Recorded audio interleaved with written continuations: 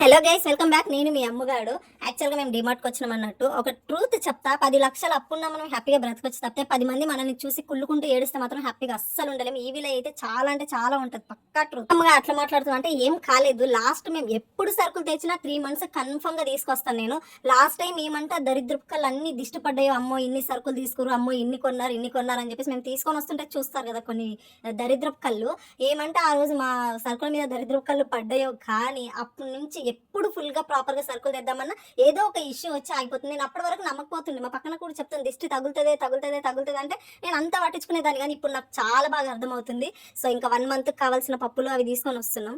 ఎవరి జోలికి వెళ్ళరు కదా అమ్మ అంటే మేము నిజంగా ఎవరి జోలికి వెళ్ళాము, ఎవరి గురించి మాట్లాడడం. బట్ ఎవరి దిష్టి తగిలిందో నాకు లిటరల్లీ అర్థమవుతుంది. లాస్ట్ టైం తీసుకొచ్చినప్పుడు అందరి కళ్ళు పడినాయి గైస్. వీళ్ళు వాళ్ళని నేనేం పేర్లు చెప్పలేను కానీ అంతకుముందు నేను ఎన్నిసార్లు తీసుకొచ్చిన యూట్యూబ్లో ఎన్నిసార్లు పెట్టినా కదా, అప్పుడు ఏం కాలేదు నాకు.